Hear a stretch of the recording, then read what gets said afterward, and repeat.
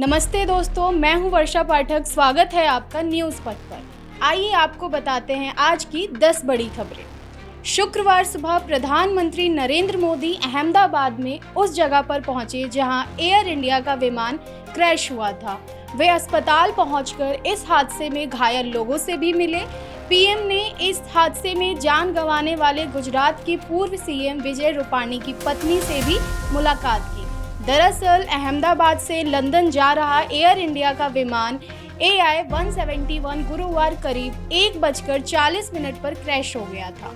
इस हादसे में मारे गए करीब 265 लोगों के शव अब तक सिविल अस्पताल में रखे गए हैं। प्रधानमंत्री ने यात्री विश्वास कुमार से भी बातचीत की, जो इस हादसे में बच गए थे। मुरादाबाद के गांव में प्रेमी ने अपनी प्रेमिका की हत्या कर दी और शव को नदी में फेंक दिया। हत्या के 23 दिन बाद मामले का खुलासा हुआ। आरोपी की निशानदेही पर प्रेमिका का कंकालनुमा शव बरामद किया गया। युवती की शादी कहीं और तय हो गई थी। इस बात से नाराज होकर युवक ने प्रेमिका की हत्या कर डाली।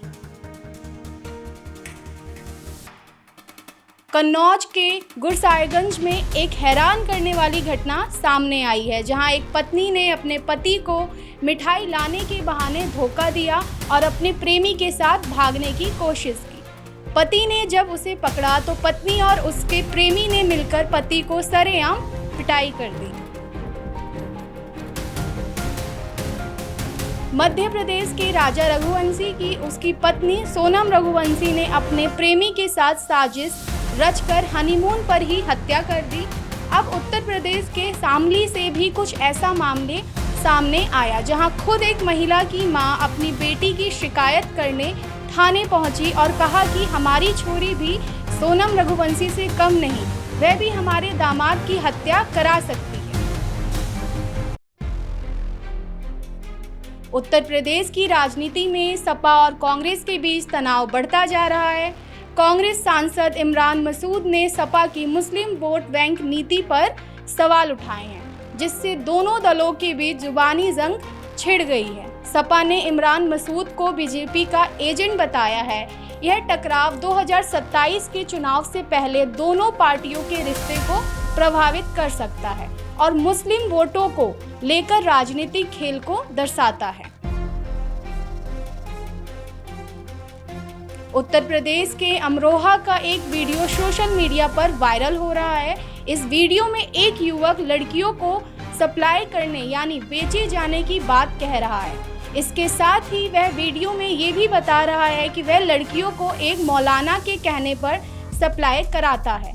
यह वीडियो की जांच की जा रही है और आरोपी को हिरासत में ले लिया गया है।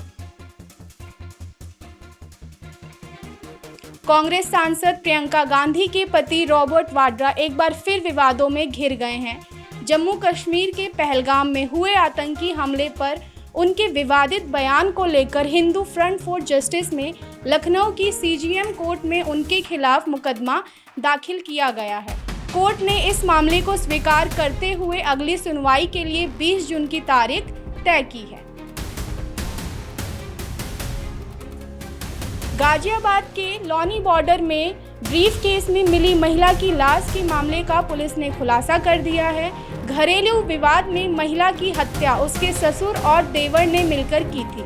हत्या के बाद शव को ब्रीफकेस में रखकर फेंक दिया गया था। पुलिस ने CCTV फुटेज और गहन जांच के बाद आरोपियों को गिरफ्तार कर लिया है। उत्तर प्रदेश के अमेठी में एक पति ने सोनम रघुवंशी और मेरठ के नीले ड्रम के बाद अपनी पत्नी की शादी उसके प्रेमी से करा दी। पत्नी के वैवाहिक जीवन में प्रेमी के आने से नाराज पति ने प्रेमी के साथ पत्नी की शादी कराने का फैसला किया। दरअसल पति ने पत्नी को उसके प्रेमी के साथ देख लिया था, जिसके बाद उसने यह शादी कराई। वही मामला सामने आने के बाद चर्चा का विषय बन गया है। कन्नौज के एक युवक ने भीषण गर्मी से निपटने के लिए एक अनोखा जुगाड़ बनाया है। उसने अपने ट्रैक्टर पर एक चलता फिरता स्विमिंग पूल बना दिया है। यह पुल स्थानीय लोगों के लिए मुफ्त है और बच्चों से लेकर बड़ों तक सभी को गर्मी से राहत मिल रही है। दोस्तों, ये थी आज की 10 बड़ी खबरें। दिन भर की तमाम अहम खबरों के लिए जुड़े रहिए न्यूज़ पथ के साथ।